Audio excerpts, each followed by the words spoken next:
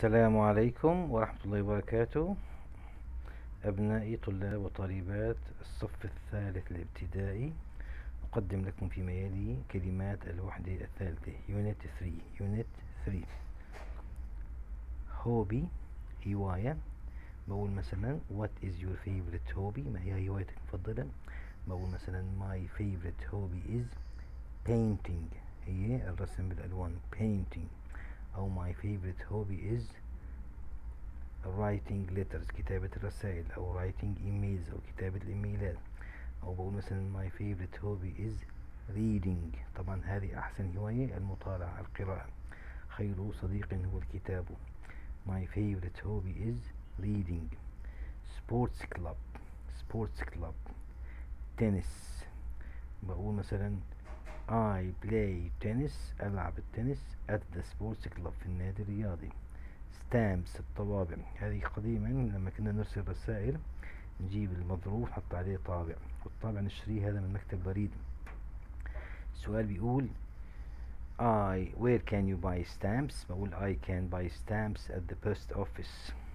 stamps care، يعتني. بقول كل واحد لازم يعتني بصحته. I should take care of my health. okay. take care، اعتني. care keep، يحافظ.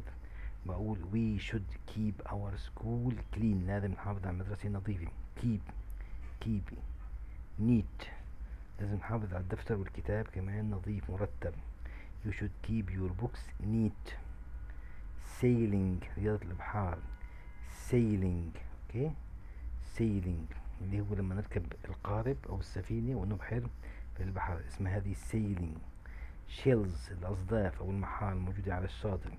بقول مثلا I like collecting shells on the beach.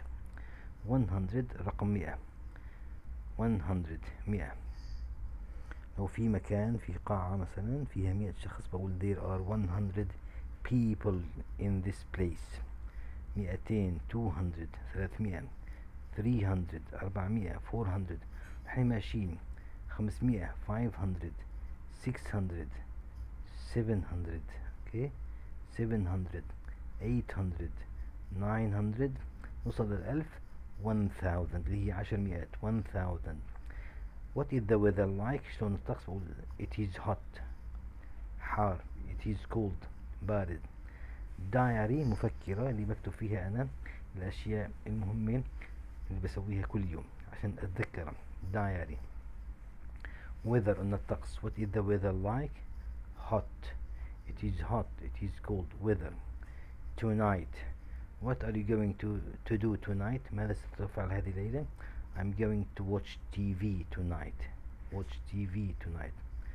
fast، سريع. قصير short آخر كلمة. بعيدهم حاليا بدون أي ترجمة وأي جمل. hobby، sports club، tennis، stamps، care، keep، neat، sailing، shells. 100 200 300 400 500 600 700 800 900 1000.